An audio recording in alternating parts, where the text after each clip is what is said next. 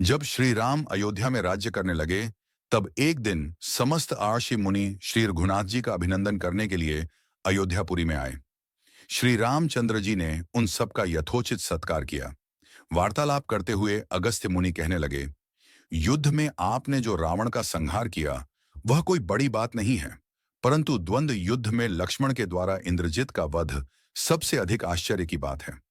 यह मायावी राक्षस युद्ध में सब प्राणियों के लिए अवध्य था। उनकी बात सुनकर रामचंद्र जी को बड़ा आश्चर्य हुआ। वे बोले, मुनिवर रावण और कुंभकर्ण भी तो महान पराक्रमी थे, फिर आप केवल इंद्रजित मेघनाद की ही इतनी प्रशंसा क्यों करते हैं? महोदर, प्रहस्त, विरूपाक्ष भी कम वीर न थे। इस पर अगस्त्य मुनि बोले, इस प्रश्न का उत्तर देने से पहले मैं तुम्हें रावण के जन्म, वर प्राप्ति आदि का विवरण सुनाता हूं। ब्रह्मा जी के पुलस्त्य नामक पुत्र हुए थे, जो उन्हीं के समान तेजस्वी और गुणवान थे। एक बार वे महगिरी पर तपस्या करने गए। वह स्थान अत्यंत रमणीक था, इसलिए अलाशियों, नागों, राजर्षियों आदि की कन्याएं वहां क्रीड़ा करने आ जाती थीं। इससे उनकी तपस्या में विघ्न पड़ता था। उन्होंने उन्हें वहां आने से मना किया। जब वे नहीं मानी, तो उन्होंने शाप दे दिया कि कल से जो लड़की यहां मुझे दिखाई देगी, वह गर्भवती हो जाएगी। शेष सब कन्याओं ने तो वहां आना बंद कर दिया, परंतु राजर्षि तृणबिंदु की कन्या शाप की बात से अनजान होने के कारण उस आश्रम में आ गई और महर्षि के दृष्टि पड़ते ही गर्भवती हो गई। जब तृणबिंदु को यह बात मालूम हुई, तो उन्होंने अपने कन्या को पत्नी के रूप में महर्षि को अर्पित कर दिया। इस प्रकार विश्रवा का जन्म हुआ, जो अपने पिता के समान वेदविद और धर्मात्मा हुआ। महामुनि भरद्वाज ने अपनी कन्या का विवाह विश्रवा से कर दिया। उनके वैश्रवण नामक पुत्र हुआ। वह भी धर्मात्मा और विद्वान था। उसने भारी तपस्या करके ब्रह्मा जी को प्रसन्न किया और यम, इंद्र तथा वरुण के सदृश लोकपाल का पद पाया। फिर उसने त्रिकूट पर्वत पर बसी लंका को अपना निवास स्थान बनाया और राक्षसों पर राज्य करने लगा। श्री राम ने आश्चर्य से पूछा, तो क्या कुबेर और रावण से भी पहले लंका में मांसभक्षी राक्षस रहते थे? फिर उनका पूर्वज कौन था? यह सुनने के लिए मुझे कौतूहल हो रहा है। तब अगस्त्य जी बोले, पूर्व काल में ब्रह्मा जी ने अनेक जल जंतु बनाए और उनसे समुद्र के जल की रक्षा करने के लिए कहा। तब उन जंतुओं में से कुछ बोले कि हम इसका रक्षा करेंगे, और कुछ ने कहा कि हम इसका यक्षण पूजा करेंगे। इस पर ब्रह्मा जी ने कहा कि जो रक्षण करेगा वह राक्षस कहलाएगा, और जो यक्षण करेगा वह यक्ष कहलाएगा। इस प्रकार वे दो जातियों में बंट गए। राक्षसों में हेति और प्रहेति दो भाई थे। प्रहेति तपस्या करने चला गया, परंतु हेति ने भैया से विवाह किया, जिससे उसके विद्युत केश नामक पुत्र उत्पन्न हुआ। विद्युत केश के सुकेश नामक पराक्रमी पुत्र हुआ। सुकेश के माल्यवान, सुमाली और माली नामक तीन पुत्र हुए। तीनों ने ब्रह्मा जी की तपस्या करके यह वरदान प्राप्त कर लिए कि हम लोगों का प्रेम अटूट हो और हमें कोई पराजित न कर सके। वर पाकर वे निर्भय हो गए और सुरों, असुरों को सताने लगे। उन्होंने विश्वकर्मा से एक अत्यंत सुंदर नगर बनाने के लिए कहा। इस पर विश्वकर्मा ने उन्हें लंकापुरी का पता बताकर भेज दिया। वहां वे बड़े आनंद के साथ रहने लगे। माल्यवान के वज्र मुष्टि, विरूपाक्ष, दुर्मुख, सुप्तघ्न, यज्ञकोप, मत्त और उन्मत्त नामक सात पुत्र हुए। सुमाली के प्रहस्त्र, अकंपन, विकट, कालिकामुख, धूम्राक्ष, दंड, सुपार्श्व, संहनादि, प्रधस एवं भारकण नाम के 10 पुत्र हुए। माली के अनल, अनिल, हर और संपाति नामक 4 पुत्र हुए। ये सब बलवान और दुष्ट प्रकृति होने के कारण ऋषि मुनियों को कष्ट दिया करते थे। उनके कष्टों से दुखी होकर ऋषि मुनिगण जब भगवान विष्णु की शरण में गए, तो उन्होंने आश्वासन दिया कि हे ऋषियों, मैं इन दुष्टों का अवश्य ही नाश करूंगा। जब राक्षसों को विष्णु के इस आश्वासन की सूचना मिली, तो वे सब मंत्रणा करके संगठित हो माली के सेनापतित्व में इंद्रलोक पर आक्रमण करने के लिए चल पड़े। समाचार पाकर भगवान विष्णु ने अपने अस्त्र शस्त्र संभाले और राक्षसों का संहार करने लगे। सेनापति माली सहित बहुत से राक्षस मारे गए और शेष लंका की ओर भाग गए। जब भागते हुए राक्षसों का भी नारायण संहार करने लगे, तो माल्यवान क्रुद्ध होकर युद्धभूमि में लौट पड़ा। भगवान विष्णु के हाथों अंत में वह भी काल का ग्रास बना। शेष बचे हुए राक्षस सुमाली के नेतृत्व में लंका को त्याग कर पाताल में जा बसे और लंका पर कुबेर का राज्य स्थापित हुआ। अब मैं तुम्हें रावण के जन्म की कथा सुनाता हूं। राक्षसों के विनाश से दुखी होकर सुमाली ने अपनी पुत्री कैकसी से कहा कि पुत्री, राक्षस वंश के कल्याण के लिए मैं चाहता हूं कि तुम परम पराक्रमी महर्षि विश्रवा के पास जाकर उनसे पुत्र प्राप्त करो। वही पुत्र हम राक्षसों की देवताओं से रक्षा कर सकता है। अगस्त्य मुनि ने कहना जारी रखा। पिता की आज्ञा पाकर कैकसी विश्रवा के पास गई। उस समय भयंकर आंधी चल रही थी। आकाश में मेघ गरज रहे थे। कैकसी का अभिप्राय जानकर विश्रवा ने कहा कि भद्रे, तुम इस कुबेला में आई हो। मैं तुम्हारी इच्छा तो पूरी कर दूंगा, परंतु इससे तुम्हारी संतान दुष्ट स्वभाव वाली और क्रूर कर्मा होगी। मुनि की बात सुनकर कैकसी उनके चरणों में गिर पड़ी और बोली कि भगवान, आप ब्रह्मवादी महात्मा हैं। आपसे मैं ऐसी दुराचारी संतान पाने की आशा नहीं करती, अतः आप मुझ पर कृपा करें। कैकसी के वचन सुनकर मुनि विश्रवा ने कहा कि अच्छा, तो तुम्हारा सबसे छोटा पुत्र सदाचारी और धर्मात्मा होगा। इस प्रकार कैकसी के 10 मुख वाले पुत्र का जन्म हुआ, जिसका नाम दशग्रीव रखा गया। उसके पश्चात कुंभकर्ण, शूर्पणखा और विभीषण के जन्म हुए। दशग्रीव और कुंभकर्ण अत्यंत दुष्ट थे, किंतु विभीषण धर्मात्मा प्रकृति का था। अपने भाई वैश्रवण से भी अधिक पराक्रमी और शक्तिशाली बनने के लिए दशग्रीव ने अपने भाइयों सहित ब्रह्मा जी की तपस्या की। ब्रह्मा के प्रसन्न होने पर दशग्रीव ने मांगा कि मैं गरुड़, नाग, यक्ष, दैत्य, दानव, राक्षस तथा देवताओं के लिए अवध्य हो जाऊं। ब्रह्मा जी ने तथास्तु कहकर उसकी इच्छा पूरी कर दी। विभीषण ने धर्म में अविचल मति का और कुंभकर्ण ने वर्षों तक सोते रहने का वरदान पाया। फिर दशग्रीव ने लंका के राजा कुबेर को विवश किया कि वह लंका छोड़कर अपना राज्य उसे सौंप दे। अपने पिता विश्रवा के समझाने पर कुबेर ने लंका का परित्याग कर दिया और रावण अपनी सेना, भाइयों तथा सेवकों के साथ लंका में रहने लगा। लंका में जम जाने के बाद अपने बहन शूर्पणखा का विवाह कालका के पुत्र दानवराज विद्युविह्वा के साथ कर दिया।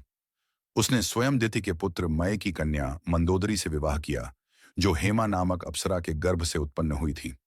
विरोचन कुमार बलि की पुत्री वज्रज्वला से कुंभकर्ण का और गंधर्वराज महात्मा शैलूष की कन्या सरमा से विभीषण का विवाह हुआ। कुछ समय पश्चात मंदोदरी ने मेघनाद को जन्म दिया, जो इंद्र को परास्त कर संसार में इंद्रजित के नाम से प्रसिद्ध हुआ। सत्ता के मद में रावण उच्छृंखल हो देवताओं, ऋषियों, यक्षों और गंधर्वों को नाना प्रकार से कष्ट देने लगा। एक बार उसने कुबेर पर चढ़ाई करके उसे युद्ध में पराजित कर दिया और अपनी विजय की स्मृति के रूप में कुबेर के पुष्पक विमान पर अधिकार कर लिया। उस विमान का वेग मन के समान तीव्र था। वह अपने ऊपर बैठे हुए लोगों की इच्छानुसार छोटा या बड़ा रूप धारण कर सकता था। विमान में मणि और सोने की सीढ़ियां बनी हुई थीं और तपाए हुए सोने के आसन बने हुए थे। उस विमान पर बैठकर जब वह श्रवण नाम से प्रसिद्ध सरकंडों के विशाल वन से होकर जा रहा था, तो भगवान शंकर के पार्षद नंदीश्वर ने उसे रोकते हुए कहा कि दशग्रीव, इस वन में स्थित पर्वत पर भगवान शंकर क्रीड़ा करते हैं, इसलिए यहां सभी सुर, असुर, यक्ष आदि का आना निषिद्ध कर दिया गया है। नंदीश्वर के वचनों से क्रुद्ध होकर रावण विमान से उतरकर भगवान शंकर की ओर चला। उसे रोकने के लिए उससे थोड़ी दूर पर हाथ में शूल लिए नंदी दूसरे शिव की भांति खड़े हो गए। उनका मुख वानर जैसा था। उसे देखकर रावण ठहाका मारकर हंस पड़ा। इससे कुपित हो नंदी बोले कि दशानन, तुमने मेरे वानर रूप की अवहेलना की है, इसलिए तुम्हारे कुल का नाश करने के लिए मेरे ही समान पराक्रमी रूप और तेज से संपन्न वानर उत्पन्न होंगे। रावण ने इस ओर तनिक भी ध्यान नहीं दिया और बोला कि जिस पर्वत ने मेरे विमान की यात्रा में बाधा डाली है, आज मैं उसी को उखाड़ फेंकूंगा। यह कहकर उसने पर्वत के निचले भाग में हाथ डालकर उसे उठाने का प्रयत्न किया। जब पर्वत हिलने लगा तो भगवान शंकर ने उस पर्वत को अपने पैर के अंगूठे से दबा दिया। इससे रावण का हाथ बुरी तरह से दब गया और वह पीड़ा से चिल्लाने लगा। जब वह किसी प्रकार से हाथ न निकाल सका तो रोते रोते भगवान शंकर की स्तुति और क्षमा प्रार्थना करने लगा। इस पर भगवान शंकर ने उसे क्षमा कर दिया और उसके प्रार्थना करने पर उसे एक छंद्रहास नामक खड्ग भी दिया। अगस्त्य मुनि ने आगे कहा, एक दिन हिमालय प्रदेश में भ्रमण करते हुए रावण ने अमित तेजस्वी ब्रह्मर्षि कुशध्वज की कन्या वेदवती को तपस्या करते देखा। उस देखकर वह मुग्ध हो गया और उसके पास आकर उसका परिचय तथा अविवाहित रहने का कारण पूछा। वेदवती ने अपने परिचय देने के पश्चात बताया कि मेरे पिता विष्णु से मेरे विवाह करना चाहते थे। इससे क्रुद्ध होकर मेरी कामना करने वाले दैत्यराज शंभु ने सोते में उनका वध कर दिया। उनके मरने पर मेरी माता भी दुखी होकर चिता में प्रविष्ट हो गई। तब से मैं अपने पिता की इच्छा पूरी करने के लिए भगवान विष्णु की तपस्या कर रही हूं। उन्हीं को मैंने अपना पति मान लिया है। पहले रावण ने वेदवती को बातों में फुसलाना चाहा, फिर उसने जबरदस्ती करने के लिए उसके केश पकड़ लिए। वेदवती ने एक ही झटके में पकड़े हुए केश काट डाले। फिर यह कहती हुई अग्नि में प्रविष्ट हो गई कि दुष्ट, तूने मेरा अपमान किया है। इस समय तो मैं यह शरीर त्याग रही हूं, परंतु तेरा विनाश करने के लिए फिर जन्म लूंगी। अगले जन्म में मैं अयोनिजा कन्या के रूप में जन्म लेकर किसी धर्मात्मा की पुत्री बनूंगी। अगले जन्म में वह कन्या कमल के रूप में उत्पन्न हुई। उस सुंदर कांति वाली कमल कन्या को एक दिन रावण अपने महलों में ले गया। उसे देखकर ज्योतिषियों ने कहा कि राजन, यदि यह कमल कन्या आपके घर में रही तो आपके और आपके कुल के विनाश का कारण बनेगी। यह सुनकर रावण ने उसे समुद्र में फेंक दिया। वहां से वह भूमि को प्राप्त होकर राजा जनक के यज्ञ मंडप के मध्यवर्ती भूभाग में जा पहुंची। वहां राजा द्वारा हल से जोती जाने वाली भूमि से वह कन्या फिर प्राप्त हुई। वही वेदवती सीता के रूप में आपकी पत्नी बनी और आप स्वयं सनातन विष्णु हैं। इस प्रकार आपके महान शत्रु रावण को वेदवती ने पहले ही अपने शाप से मार डाला था। आप तो उसे मारने में केवल निमित्त मात्र थे। अनेक राजा महाराजाओं को पराजित करता हुआ दशग्रीव इक्ष्वाकु वंश के राजा अनरण्य के पास पहुंचा, जो अयोध्या पर राज्य करते थे। उसने उन्हें भी द्वंद्व युद्ध करने अथवा पराजय स्वीकार करने के लिए ललकारा। दोनों में भीषण युद्ध हुआ, किंतु ब्रह्मा जी के वरदान के कारण रावण उनसे पराजित न हो सका। जब अनरण्य का शरीर बुरी तरह से क्षत विक्षत हो गया तो रावण इक्ष्वाकु वंश का अपमान और उपहास करने लगा। इससे कुपित होकर अनरण्य ने उसे शाप दिया कि तूने अपने व्यंग्यपूर्ण शब्दों से इक्ष्वाकु वंश का अपमान किया है, इसलिए मैं तुझे शाप देता हूं कि महात्मा इक्ष्वाकु के इसी वंश में दशरथ नंदन राम का जन्म होगा, जो तेरा वध करेंगे। यह कहकर राजा स्वर्ग से धार गए। रावण की उद्दंडता में कमी नहीं आई। राक्षस या मनुष्य जिसको भी वह शक्तिशाली पाता, उसी के साथ जाकर युद्ध करने लगता। एक बार उसने सुना कि किष्किंधापुरी का राजा बाली बड़ा बलवान और पराक्रमी है, तो वह उसके पास युद्ध करने के लिए जा पहुंचा। बाली की पत्नी तारा, तारा के पिता सुषेण, युवराज अंगद और उसके भाई सुग्रीव ने उसे समझाया कि इस समय बाली नगर से बाहर संध्योपासना के लिए गए हुए हैं। वे ही आपसे युद्ध कर सकते हैं और कोई वानर इतना पराक्रमी नहीं है जो आपके साथ युद्ध कर सके। इसीलिए आप थोड़ी देर उनकी प्रतीक्षा करें।